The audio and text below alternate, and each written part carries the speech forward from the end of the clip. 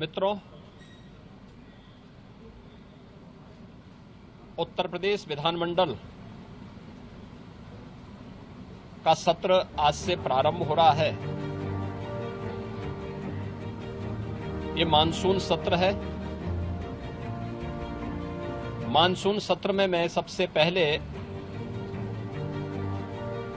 सभी माननीय जनप्रतिनिधियों का, माननीय विधायक, माननीय विधान परिषद सदस्य और विधानमंडल की कार्रवाई को सकुशल संपन्न करने में योगदान देने वाले सभी दलों से जुड़े हुए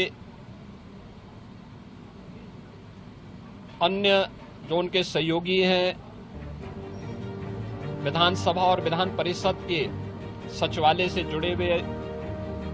जो अधिकारीगण हैं, इन सब का मैं हृदय से स्वागत करता हूं। हम सब जानते हैं कि उत्तर प्रदेश ने फरवरी में ही अपना बजट पास कर लिया था। मानसून सत्र में प्रदेश की आवश्यकता को ध्यान में रखते हुए पहला अनुपूरक मांग इस सदन में प्रस्तुत होगा। स्वाभाविक रूप से उत्तर प्रदेश आज देश की सबसे बड़ी उभरती हुई अर्थव्यवस्था की ओर अग्रसर हुआ है और यही कारण है कि उत्तर प्रदेश ने पिछले 7 वर्ष में प्रधानमंत्री मोदी जी के मार्गदर्शन में, उनके यशस्वी नेतृत्व में जिन ऊंचाइयों को प्राप्त किया है वे अभूतपूर्व हैं, अविस्मरणीय हैं, अनुकरणीय हैं। सदन की कार्रवाई सुचारू रूप से चले और उत्तर प्रदेश के इस विकास में सभी माननीय सदस्यों का, वे सत्ता पक्ष हों या विपक्ष हों, सभी का योगदान मिल सके, इसके लिए मैं सभी माननीय जनप्रतिनिधियों का आह्वान करूंगा और खासतौर पर विपक्षी सदस्यों से मैं कहूंगा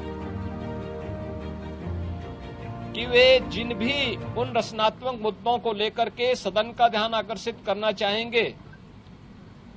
प्रदेश के विकास से जुड़ी भी,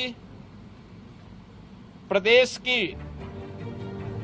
जनता जनार्दन से जुड़ी हुई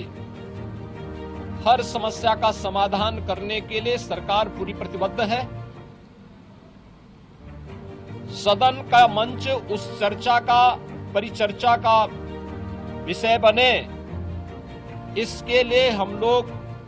पूरी तैयारी के साथ, मेरे सहयोगीगण उसका जवाब देंगे। सरकार इसका जवाब देने के लिए पूरी तत्परता के साथ वहां पर उपस्थित रहेगी।